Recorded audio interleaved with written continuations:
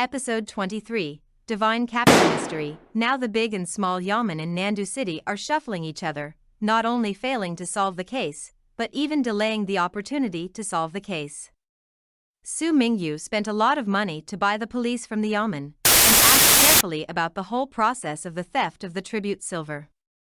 When it came to the disappearance of millions of tribute silver, all the officials were silent, and no one had seen the heavy ships carrying goods and silver. There were more than 30 people in the boat, and a total of more than 130 strong men all disappeared inexplicably, neither alive nor dead. According to Yun Xiang's guess, it is really difficult to guard against self-stealing. Abandon his wife and children, and make sure that no news will be leaked. Therefore, Yun Xiang believed that there were two groups of robbers in Nandu City at the same time, and their methods were extremely similar and superb, which meant that they were originally the same group, and they must have had other plans to frame Mo Buffon last time. In fact, Yun Xiang really didn't want to talk too much, lest Su Mingyu get involved, but Su Mingyu had no worries, which moved him, and he bluntly regarded her as a close friend. Xu Yanan sat on the corridor to drink away his worries, and heard the conversation between the two one after another, and immediately thought that this incident was done by his younger brother Ko Yuanjie.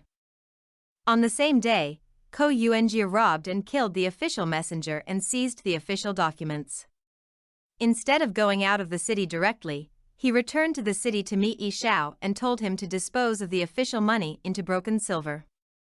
Yi Xiao knew that Ko Yuanjie was trying to make things difficult, but because Ling Yuan couldn't offend him rashly, and was afraid of the other party's cruel methods, he had no choice but to bite the bullet and accept the job.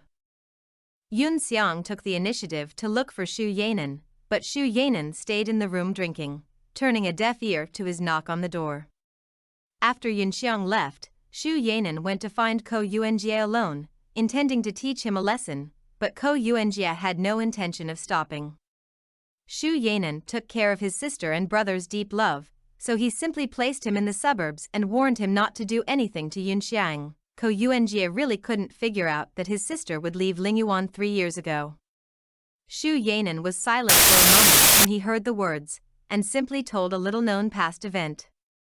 At that time, Ling Yuan fell into civil strife, and the pavilion owner Ko Yen forced his daughter Xu Yanan to marry Nangong Fong in order to protect Ling Yuan's future. Xu Yanan strongly opposed it, preventing his mother from falling out with Nangong Fong. After hearing what happened to Xu Yanan, Ko Yuanjie was indignant, thinking that what his mother had done was too much, and it was tantamount to ruining her daughter's lifelong happiness. It's just that because of his mother, Xu Yanan didn't pursue further. She asked Ko Yuanjie to leave Nandu as soon as possible. Otherwise, with Yun Xiang's wisdom, she would have guessed that there are two forces in Nandu, Ling Yuan. Lu Gongquan took Princess Mingzhu to find the prefect of Nandu, looking for clues to the water ghost robbery case. Master Xiao personally arranged a banquet with food and wine. Because the theft of tribute silver in Nandu is a major event, Lu Gongquan did not bring the decree and assigned official documents, and he has no authority to investigate. Princess Mingzhu grew up with King Fu since childhood, so she naturally has the means to deal with the officials, and soon persuaded Master Xiao to agree with Lu Gongquan to take the lead handle the case. It is also because Mr. Xiao has the handle in the hands of Princess Mingzhu that he has to obey them. In order to dispel Yun Xiang's doubts, Xu Yanan personally went to the black market to find important clues. According to the information provided by Ko Yuanjie, he revealed to Yun Xiang that blacksmith Zhang was hired by the man in black Meng Yi to melt silver. This person was Yi Zhao's confidant. Yun Xiang has no doubts about the news sent by Xu Yanan. Unexpectedly, Ko Yuanjie's real strategy is to let him follow the clues to find Yi Xiao, and use him to completely solve Nangong Fong. Yun Xiang coaxed Xu Yanan to close his eyes and took out the hairpin he had carefully prepared. Xu Yanan was very moved, and the mutual feelings quickly heated up, but the relationship became more and more complicated. Then Yun Xiang began to analyze that even if this group melted the official ingots into 100,000 pieces of silver, it would still be very difficult to transfer.